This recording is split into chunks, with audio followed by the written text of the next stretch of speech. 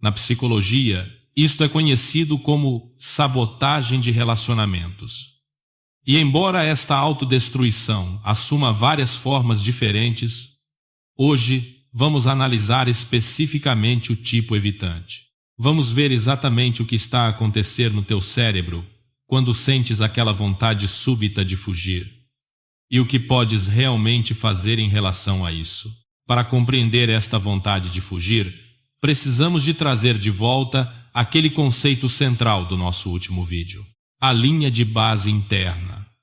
Para quem é novo aqui, a tua linha de base interna é essencialmente a tua expectativa subconsciente de quão seguro estás, ou de quanto amor realmente mereces. E é normalmente aqui que o problema começa.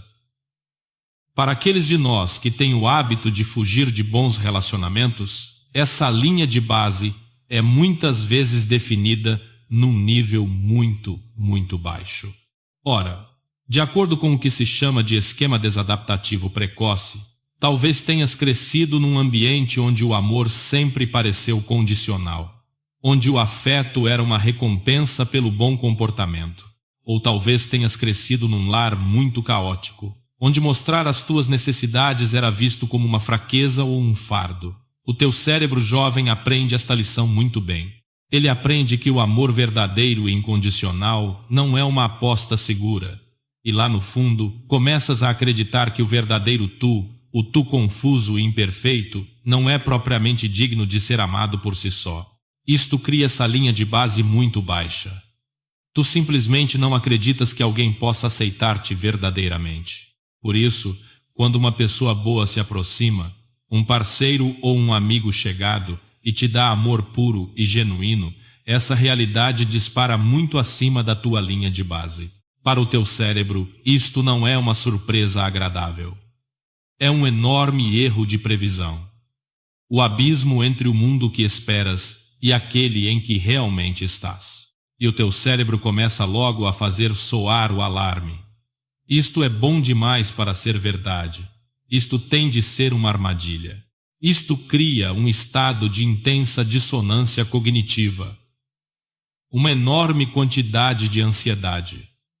Para se livrar desta sensação de falta de controlo, o teu cérebro inicia um processo chamado autoverificação. Ele começa a trabalhar para provar que a sua velha e dolorosa história está certa. Começas a agir de forma incrivelmente fria e distante. O teu cérebro começa a procurar as falhas mais pequenas do teu parceiro. Pode até começar a compará-lo com um ex-fantasma, uma versão idealizada de um parceiro passado, só para provar que esta nova pessoa não é boa o suficiente.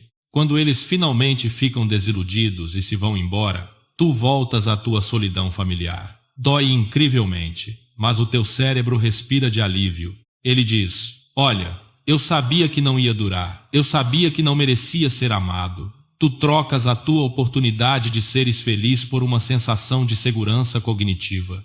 E isto cria um ciclo vicioso perfeito. Tu sabotas a relação, acaba sozinho. Isto prova que a tua linha de base estava certa desde o início, e da próxima vez tu foges ainda mais depressa. Agora, é importante sermos claros aqui.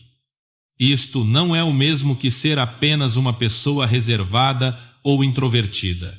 Tu podes ter uma linha de base interna para o amor muito alta e saudável, e ainda assim não gostar de coisas como demonstrações públicas de afeto. A diferença está no motivo. O sabotador não está a fugir da expressão de amor. Ele está a fugir do amor em si. Estamos a falar especificamente daquela vontade profunda e quase involuntária de fugir. Um padrão consistentemente impulsionado por uma linha de base interna baixa. Mas por que é que isto parece tão físico? Por que é que o teu corpo quer fugir, mesmo quando a tua mente lógica sabe que esta pessoa te faz bem? Porque isto não é apenas um jogo mental. É uma poderosa resposta fisiológica de estresse. E esta reação não acontece apenas com parceiros românticos. Pode acontecer também nas nossas amizades mais profundas e vulneráveis. Os neurocientistas descobriram que quando pessoas com tendências evitantes enfrentam uma intimidade intensa, como alguém a olhar profundamente nos teus olhos ou a oferecer-te afeto genuíno e sem filtros, o centro de recompensa no teu cérebro basicamente fica calado. O sinal de dopamina é tão fraco que te falta literalmente o combustível químico para te manteres conectado. Mas o teu cérebro não se fica apenas por não sentir nada. Para te proteger, o teu córtex pré-frontal entra em sobrecarga. Trabalha exaustivamente para reprimir as tuas emoções, forçando-te a um estado de absoluta dormência. Isto é um desgaste enorme para a tua energia. E o que torna tudo ainda pior é que à medida que a intimidade se aprofunda, o teu cérebro aciona algo chamado rede de aversão social. Esta rede inclui a DACC, exatamente a mesma região do cérebro que processa a dor física real. Vamos imaginar que o cuidado desta pessoa é como uma fogueira quente e reconfortante. Assim que esta rede de aversão se acende, esse mesmo calor é registrado no teu sistema nervoso como um ferro a ferver. Quando os afastas, pode sentir que estás apenas a ser insensível. Mas biologicamente, a tua mão está a ser queimada. Está simplesmente a executar um reflexo desesperado para a puxar para trás. Por isso, quando ignoras alguém e desapareces, ou quando te fechas completamente, o teu único objetivo real é parar a tua própria dor. Mas também temos de ser honestos aqui. Mesmo que não seja a tua intenção, afastar alguém dessa forma magoa profundamente as pessoas que te amam. E como este é um reflexo automático de sobrevivência, é incrivelmente difícil de quebrar. Não pode simplesmente carregar num botão e desligá-lo. Mas até perceberes o que está realmente a acontecer, este reflexo inconsciente vai continuar a magoá-los. E em última análise, a magoar-te a ti também. Então, o que devemos fazer? Sabemos que não podemos simplesmente obrigar-nos a ser mais afetuosos. Isso é como tentar manter a mão num fogão quente. O teu sistema vai simplesmente desligar-se. Em vez disso, precisamos de uma abordagem muito suave e muito estratégica. Tal como no nosso último vídeo, precisamos de trabalhar em duas direções ao mesmo tempo. Uma estratégia de cima para baixo para reconfigurar os nossos pensamentos. E uma estratégia de baixo para cima para acalmar o nosso corpo. E a única ferramenta de que precisas realmente para isto é a aplicação de notas no teu telemóvel. Podes pensar nisto como teu manual pessoal de resgate contra a sabotagem. Vamos começar com as estratégias de cima para baixo. Estas servem para quebrar aquele velho esquema de defeito de que falamos e devolver suavemente o controle ao teu sistema nervoso em pânico. A primeira ferramenta do teu manual de resgate é calibrar a linha de base. O objetivo é aumentar a tua autoestima sem acionar esse alarme interno. Normalmente, esperamos que um parceiro faça isso através de elogios, mas, como acabamos de falar, isso pode parecer um pouco avassalador para ti neste momento. Por isso, tens de contornar o sistema e gerar tu mesmo esses dados seguros. Abre a tua aplicação de notas e escreve 3 coisas que aprecias naquilo que és, e não apenas naquilo que conquistaste. Talvez tenhas um sentido de humor maravilhosamente irônico. Ou talvez sejas incrivelmente resiliente por teres sobrevivido a coisas muito difíceis. Se estiveres bloqueado, baixa a fasquia, um momento de bondade para com um estranho ou um dia em que simplesmente não desististe, isso também conta. Estás a subir manualmente o nível a partir de dentro. À medida que a tua linha de base sobe um pouco, o elogio de um parceiro começa a parecer menos um choque e mais uma suave confirmação daquilo que já estás a começar a acreditar sobre ti. Isto é, treino de musculação mental. E tens de o fazer regularmente para veres os resultados. A segunda estratégia de cima para baixo é para quando surge aquele sentimento repentino de repulsa, aquele momento em que o teu cérebro começa a procurar defeitos no teu parceiro para justificar a vontade de te afastares. Quando esta vontade de fugir atacar, Não tentes debater estes pensamentos na tua cabeça. A tua mente racional não consegue vencer uma discussão aos gritos contra a tua amígdala.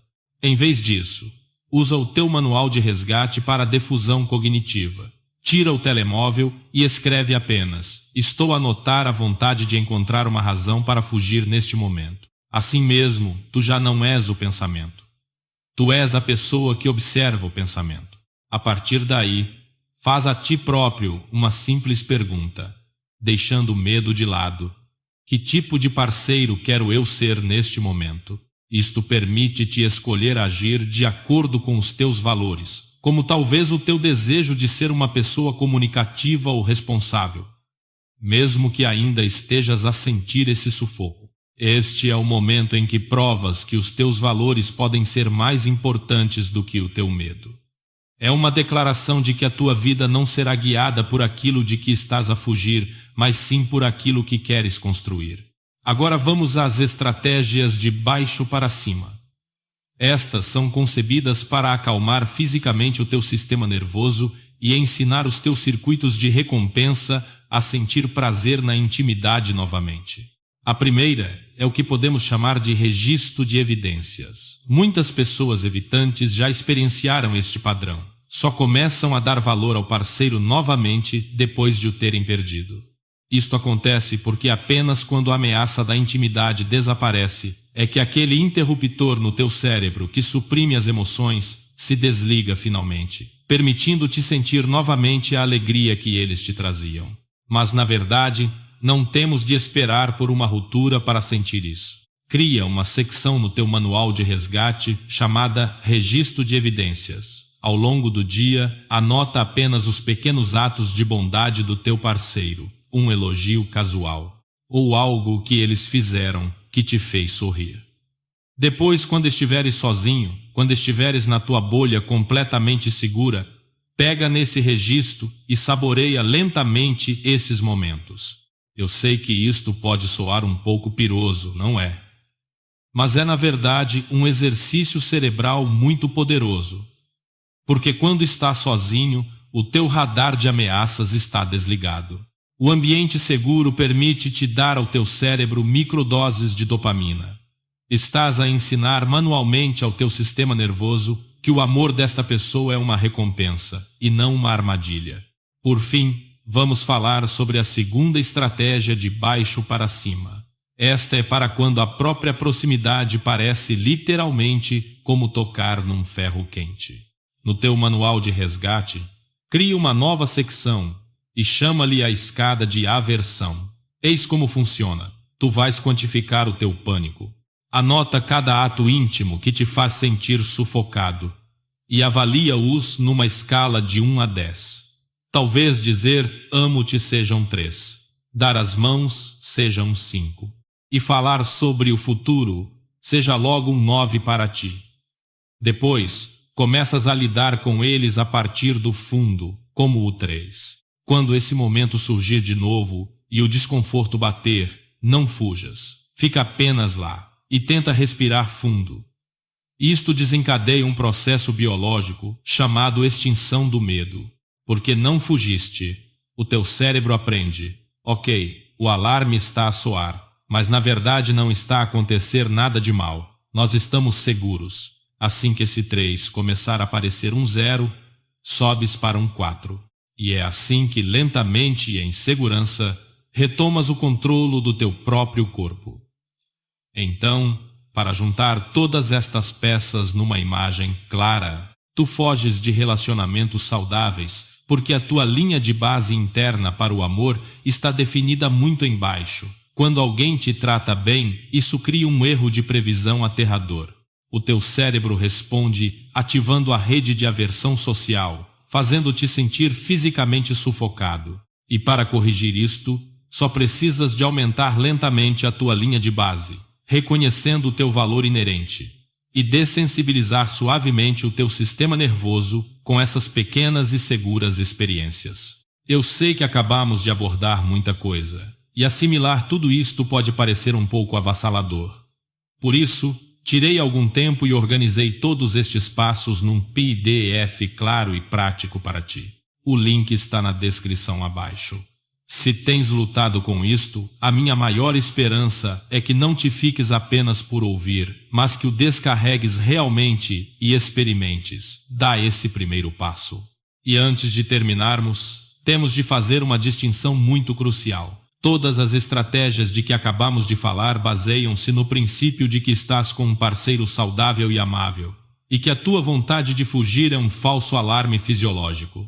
Mas, se a tua vontade de escapar existe, porque a outra pessoa está constantemente a ultrapassar os teus limites, a manipular-te ou a deitar-te abaixo, então a tua repulsa física é um instinto de sobrevivência altamente preciso. Se suspeitas que estás a lidar com uma pessoa verdadeiramente tóxica, confia na tua intuição. E talvez des uma vista de olhos no nosso vídeo anterior sobre traços obscuros de personalidade. Partindo do princípio que não é esse o caso, no entanto, assumindo que estás com alguém que é genuinamente bom para ti e tu apenas sentes aquela vontade súbita e avassaladora de desaparecer, quero deixar-te com isto. Reescrever estes padrões profundamente gravados no teu cérebro é um processo longo e por vezes doloroso. Cada vez que resistes à vontade de fugir e escolhes ficar exatamente onde estás, o teu sistema nervoso vai sentir como se estivesse a viver um mini terremoto. Mas lembra-te disto, tu não és naturalmente frio. Tu apenas aprendeste a construir uma fortaleza à tua volta com muros que eram demasiado altos. E agora tu estás seguro. E é tempo de, lenta e suavemente, encontrar o portão. As pessoas evitantes tendem a usar o gelo para afastar o amor. Mas exatamente no extremo oposto do espectro, existe um grupo de pessoas que usa o fogo para destruir as suas relações. Eles fazem os testes frenéticos, as chamadas telefônicas intermináveis, as discussões histéricas. Eles usam toda a sua força para se agarrarem com unhas e dentes, mas conseguem sempre afastar as pessoas que mais amam. Da próxima vez, vamos analisar profundamente a outra face do sabotador de relações, o perturbador ansioso. Se tu és alguém que se agarra sempre com um pouco de força a mais, vemo-nos no próximo vídeo. No nosso último vídeo, vimos como a autossabotagem prejudica os nossos objetivos pessoais. Analisamos como a tua linha de base interna e os erros de previsão controlam o teu comportamento. Mas algo que raramente notamos é como a autossabotagem está muitas vezes mais escondida. E é muito mais comum nos nossos relacionamentos. De um ponto de vista evolutivo, a união de casais é um mecanismo de sobrevivência fundamental. Nós somos animais sociais. A solidão profunda prejudica literalmente a nossa saúde. Nós precisamos de conexão. No entanto, na vida real, vemos muitas vezes acontecer exatamente o oposto. Quando o teu parceiro é instável contigo, sentes que ainda consegues lidar com a situação.